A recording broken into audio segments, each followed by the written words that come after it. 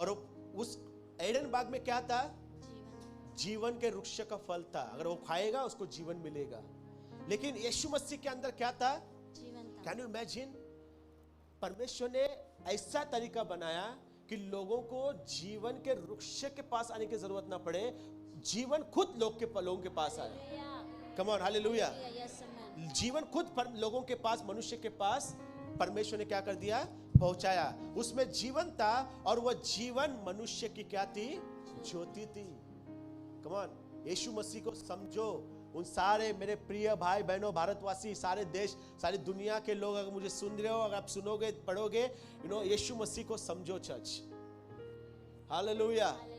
वो जीवन था और वो जीवन मनुष्य की क्या है? ज्योति है।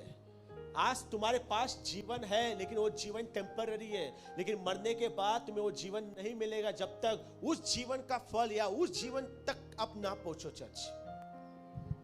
और वचन कहता है अंधकार को अंधकार से नहीं मिटाया जा सकता चर्च, लेकिन अंधकार को ज्योति से मिटाया जाता है। क्योंकि इस पृथ्वी पे मनुष्य के अंदर अंधकार छा गया है और छाया अभी तक है, और वो अंधकार तब तक नहीं मिटेगा जब तक वो ज्योति को तुम अपने जीवन में प्रवेश नहीं करोगे।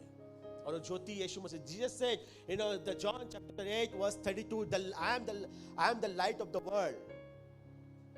मैं जीवन की जगत की क्या हूँ? ज्योति हूँ। यूहन्ना 1:14 हम पढ़ते हैं जल्दी। और वचन देहधारी हुआ और अनुग्रह और सच्चाई से परिपूर्ण होकर हमारे बीच में डेरा किया। और वचन क्या हो गया? वचन क्या हो गया? उनको बोलो 2000 साल पहले यीशु था, उसके पहले भी था, शुरुआत में था, लेकिन 2000 साल पहले क्या हुआ? वचन क्या हो गया? देहधारी शरीर बनकर हमारे बीच में आया। किसका क्या बनकर आया? शरीर में हमारे बीच में। क्यों आया पता? शरीर में हमारे बीच में वो जीवन देने के लिए, वो ज्योति हमारे अंदर डालने के लिए आया, वो जीवन हमारे अंदर डालने के लिए आया चर्च। Come on. क्यों यीशु क्रूस पे मरा? वो जीवन देने के लिए हमारे अंदर आया, हमारे बीच में आया। 2000 साल पहले यीशु मसीह जीवन देने के लिए आया। कोई धर्म, कोई जात, कोई समाज बनाने के लिए नहीं, क्योंकि कोई किसी के पास अधिकार नहीं है तुम्हें जीवन देने का। दुनिया की हर किताबें पढ़ लो। आगे। और हमने उसकी ऐसी महिमा देखी जैसे पिता के इकलौते की महिमा। Okay, verse 18। परमेश्वर को किसने कभी नहीं देखा। परमेश्वर को किसी ने कभी नहीं देखा। किसी ने कभी नहीं देखा। परमेश्वर को पढ़िए वचन को। परमेश्वर सब पढ़े, सभी लोग की आवाज में। ये आपके जहन में, आपके दिमाग में याद रखो। परमेश्वर को कभी किसी ने नहीं, जिसने भी देखा है, जो भी बनाया है, वो परमेश्वर नहीं है। तो परमेश्वर को किसी ने कभी नहीं देखा। एक लौता पुत्र यीशु जो उस पिता की गोद में है, किस में है? गोद में है, उसी ने उसे प्रकट किया। क्यों यीशु मसीह 2000 साल पहले आया?